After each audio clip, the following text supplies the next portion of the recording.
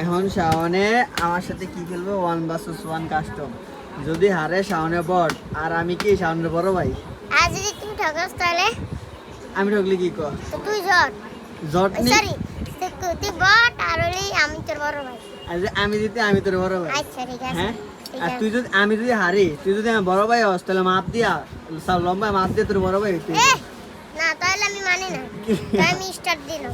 না না না না আগে কথা শেষ হোক। যদি তুই জিতস ঠিক আছে তুই আমার বড় ভাই কিন্তু মাপ দিয়ে বড় ভাই তুই গো।